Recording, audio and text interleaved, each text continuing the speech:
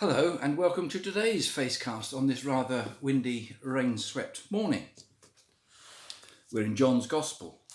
I wonder what your view of a command is, or a commandment. A commandment is something we might think as being from the Old Testament, the Ten Commandments. Don't really think in terms of commandments these days, do you? If you have a command, it might be that you're part of the armed forces, and you receive a command from a commanding officer or a senior officer. But we don't really talk in terms of commands or commandments very much these days, generally speaking. But a command is something that comes from somebody of a higher authority than you and is telling you to do something. He's not politely asking you, he's saying, do this. So what do we make of commands when it comes to God our Father?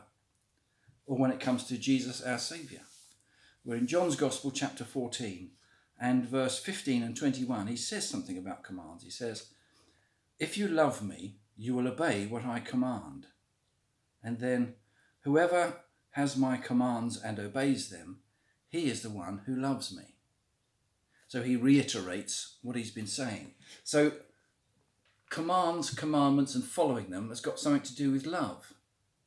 That's a bit odd. You wouldn't normally put those two together in the same sentence. Love and command. It seems to be the opposite, doesn't it? He says, if you love me, you will obey what I command.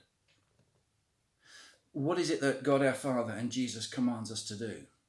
Well, actually, it's to love one another, to love our neighbour as ourselves, to turn the other cheek, to be the suffering servant, to be a representation of the love of Jesus himself. This is what he commands us to do. And if we do that, we're showing our love for him in following him.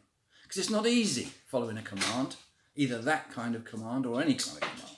It's not easy. It's often against our human nature. It's something that is divinely or imposed upon us by another force. And then again in verse 21, when he says, whoever has my commands and obeys them, he is the one who loves me. So that suggests we might receive commands and not obey them, which we do quite a lot of the time. We know what it is to obey God. We know what he requires of us. But do we do it? Well, sometimes we do, and quite often we don't.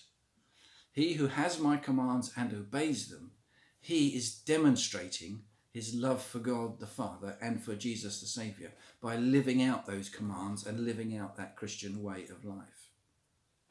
That's what he's saying, and that draws the two things together, this understanding this idea of being commanded and also of loving, and it being a loving response to what's going on.